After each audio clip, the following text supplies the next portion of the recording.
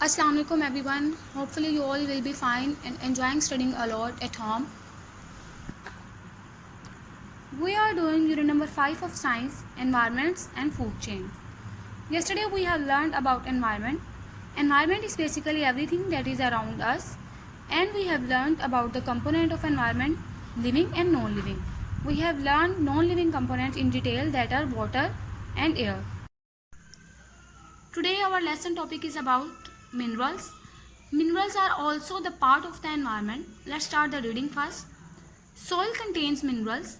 Living things need minerals for health and growth. Plants take in minerals through their roots directly from the soil. Animals take in minerals by eating plants. Humans take in minerals by eating plants and herbivorous animals. Let's start explanation. What are minerals?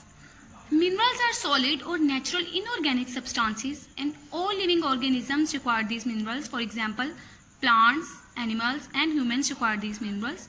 Why animals, plants and humans require minerals?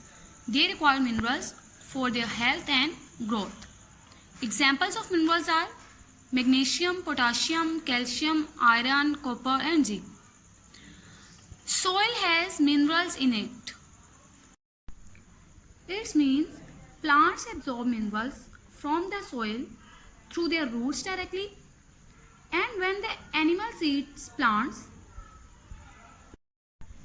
it means plants absorb minerals from the soil directly through their roots, and when animals eat plants, these minerals are transferred to animals and become the part of their food.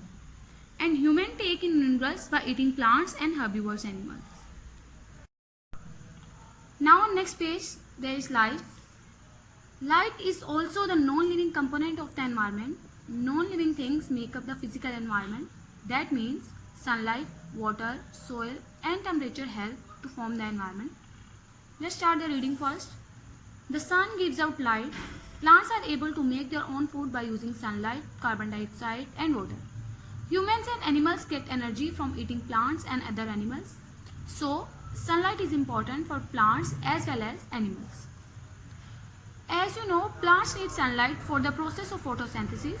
During photosynthesis, plants make their food using sunlight, carbon dioxide and water. And humans and animals get energy by eating plants and other animals. In this way, sunlight is very important for living things, for all plants, animals and humans. See this diagram. Plants use sunlight to make their food through photosynthesis, and when an animal eats plant, that animal will take energy from this plant.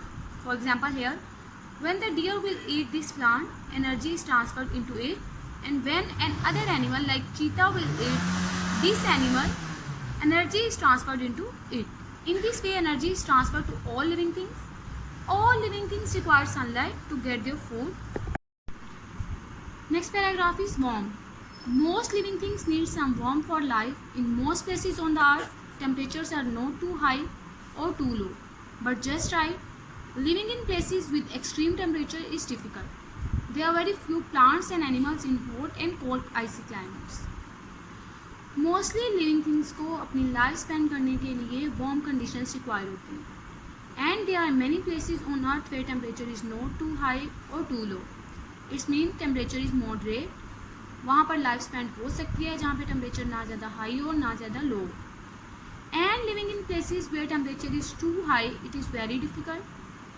There are very few plants that live in hot areas and few plants that live in cold areas. Now next paragraph is about classification. Let's start reading. As you learn more about living things, you will find that scientists sort them into many different groups. This is called classification. This makes the study of living things much easier.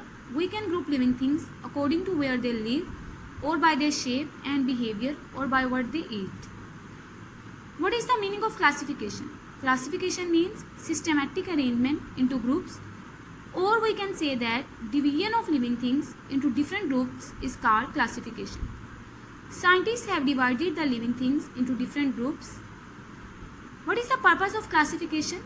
Classification makes the study of living things easier, and scientists have divided the living things into different groups according to their habitat, means living area, shape, behavior, or type of food they eat. Now next paragraph, you have already learned about the importance of looking after the world we live in, our environment.